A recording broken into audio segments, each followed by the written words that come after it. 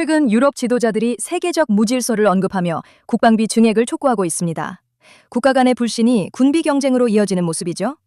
그런데 지금으로부터 100여 년 전 두 제국이 벌인 거대한 군비 경쟁은 세상을 파멸 직전으로 몰고 갔습니다. 바로 영국과 독일, 사촌이었던 두 군주가 벌인 인류 역사상 가장 치명적인 건함 경쟁 이야기입니다. 20세기 초 대영 제국은 세계 최강이었습니다. 해가 지지 않는 제국을 지탱한 힘은 압도적인 해군력, 로열 네이비였죠. 당시 영국의 국방 원칙은 양강 표준, 해군력이 세계 2위, 3위 국가의 해군을 합친 것보다 강해야 한다는 것이었습니다. 하지만 대륙에서는 새로운 강자가 떠오르고 있었습니다. 통일을 이룬 독일 제국은 무섭게 성장하는 공업력을 바탕으로 세계 정책, 즉 벨트 폴리틱을 추구하기 시작했습니다. 독일의 황제 빌헬름 2세는 영국의 빅토리아 여왕의 외손자였습니다. 그는 외할머니의 제국을 동경하면서도 동시에 질투했습니다.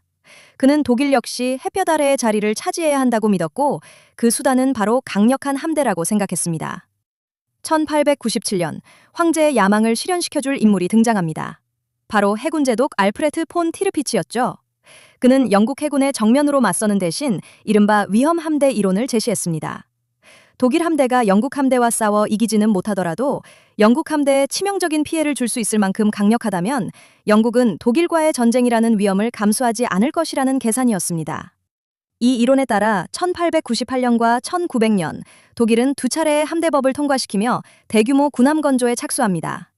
대영 제국을 향한 공식적인 도전장이었습니다. 영국은 경악했습니다. 독일의 의도를 단순한 방어용이 아닌 영국의 해상 패권에 대한 직접적인 위협으로 받아들였죠. 그리고 영국은 모든 판도를 뒤엎을 혁명적인 카드를 꺼내듭니다. 1906년 전함 HMS 드레드노트의 등장이었습니다. 거대한 구경에 주포만을 장착하고 증기터빈 엔진으로 압도적인 속도를 낸 이 전함은 하룻밤 사이에 기존의 모든 전함을 구식으로 만들어버렸습니다. 영국은 드레드노트로 격차를 벌리려 했지만 결과는 정반대였습니다. 이제 건함 경쟁의 출발선이 같아진 것입니다.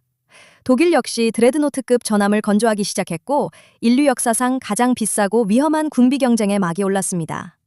영국 사회는 공포와 분노에 휩싸였습니다. 우리는 8척을 원하며 기다리지 않겠다 라는 구호가 신문과 거리를 뒤덮었고 정부는 막대한 예산을 쏟아다 부어 군함 건조에 매달렸습니다. 당시 해군 장관이었던 윈스턴 처칠은 경쟁을 멈추기 위해 독일의 해군 휴일, 즉 1년간 군함 건조를 함께 중단하자고 제안했지만 독일은 이를 거부했습니다. 불씨는 극에 달했습니다. 이 경쟁은 단순히 배의 숫자를 늘리는 것이 아니었습니다. 두 제국의 자존심과 산업력, 그리고 미래의 패권을 건 총력전이었습니다. 경쟁이 심화될수록 외교적 해결 가능성은 사라지고 관계는 돌이킬 수 없이 악화되었습니다. 건함 경쟁이 직접적으로 전쟁을 일으키진 않았습니다. 하지만 이 경쟁은 1914년 사라예보의 총성이 울렸을 때 영국이 왜 주저없이 독일과의 전쟁에 참전했는지를 설명하는 가장 중요한 배경이 되었습니다. 두 나라가 막대한 돈을 쏟아부어 만든 거대 함대들은 정작 전쟁 내내 서로를 견제하며 단 한 번의 대규모 해전, 유틀란트 해전 외에는 거의 충돌하지 않았습니다. 아이러니하게도 전쟁의 향방을 가른 것은 비대칭 전력인 독일의 잠수함 유보트였습니다. 전쟁이 끝난 후 한때 독일 제국의 자랑이었던 대양함대는 1919년 영국 스케퍼플로 항에서 스스로 배를 침몰시키는 비극적인 최후를 맞이합니다. 제국의 야망은 그렇게 바닷속으로 가라앉았습니다. 역사가들은 말합니다. 군비 경쟁은 안보를 보장하는 것이 아니라 불신을 키우고 최악의 시나리오를 현실로 만드는 자기 실현적 예언이 될 수 있다고 말입니다. 오늘날 다시금 고조되는 군사적 긴장 속에서 우리는 100년 전 철과 증기가 불러온 비극의 교훈을 기억해야 할 것입니다. 역사는 질문을 던지고 있습니다. 우리는 과연 다른 답을 내놓을 수 있을까요?